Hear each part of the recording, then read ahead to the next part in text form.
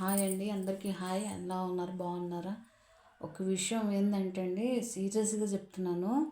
ఒక శివాజీ అన్నయ్య గారు ఒక ప్రోగ్రాంలో చీర కట్టుకొని రాండమ్మా అన్నారు. అది నిజమే. చెడిగా ఎవరిని ఏం అనలేదు కదా, అందరినీ అన్నాడు, ఒక్కలనే కాదు.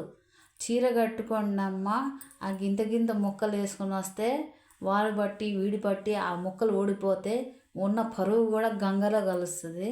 అందుకే బయటికి వెళ్ళినప్పుడు నీట్గా నిండుగా చీర కట్టుకోండి అమ్మా అని అన్నాడు. ఒక సొంత చెల్లిలాగా, సొంత కూతురులాగా. దాన్ని పట్టుకొని దాన్ని సాగిస్తున్నారు ఎందుకండి? మేము హీరోయిన్లు అంటున్నారు.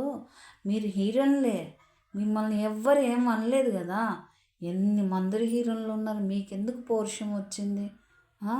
దాని కేసు ఆయనకి ఏదో పాపం తప్పు చేసిన వాళ్ళలాగా, మర్డర్లు కోసి గొంతు కోసి రేపులు చేసే వాళ్ళని ఏమీ లేదు.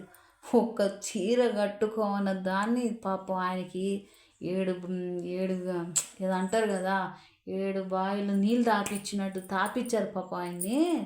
అసలు ఏం తింటున్నారండి మీరు? గడ్డి తింటున్నారా? ఏం తింటున్నారు?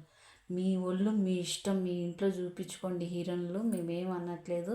శివాజీ అన్నయ్య గారు అన్నది మాటకి కరెక్ట్గా అన్నారు. ఆయన డైరెక్ట్గా మనుషుల మీద పబ్లిక్లో అన్నారు. అది తప్పు లేదు.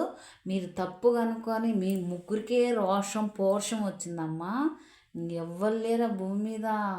నా తల్లిల్లారా, చీర కట్టుకోవన్న దానికే తప్పు వస్తే భూమి మీద ఇంకా చాలా జరుగుతున్నాయి. వాటి మీద ఫైర్ కాండమ్మా. మీరు ఆడపిల్లల్ని చంపుతున్నారు, చిన్న పిల్లల్ని చంపుతున్నారు, ముసలోళ్ళని చంపుతున్నారు. వాటి మీద ఫైర్ కాండమ్మా, శివాజీ అన్న మీద కాదు. దయచేసి ఇంకా ముందు ఏంటంటే చాలామంది చాలా జరుగుతున్నాయి, వాటికి సపోర్ట్ చేయండి, మాట్లాడండి.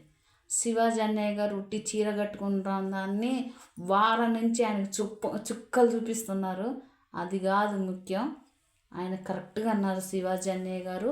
మీరు చాలామంది మిమ్మల్ని చూసి ఆడపిల్లగాళ్ళు భయపడతారు. ఎందుకంటే మీకు నిండుగా బట్టలు వేసుకోవటం ఇష్టం. చాలా మంచి వ్యక్తి మీరు. పవర్ స్టార్ లాంటి వాళ్ళే మీకు మెసేజ్ పెట్టారు, మీరు మంచిగా చెప్పారని. ఈ తోటకూర ఆకుకూర మీకెందుకండి? వాళ్ళతో భయం ఎందుకండి? మీరు సిన్సియర్గా చాలా మంచిగా చెప్పారు. జై హింద్.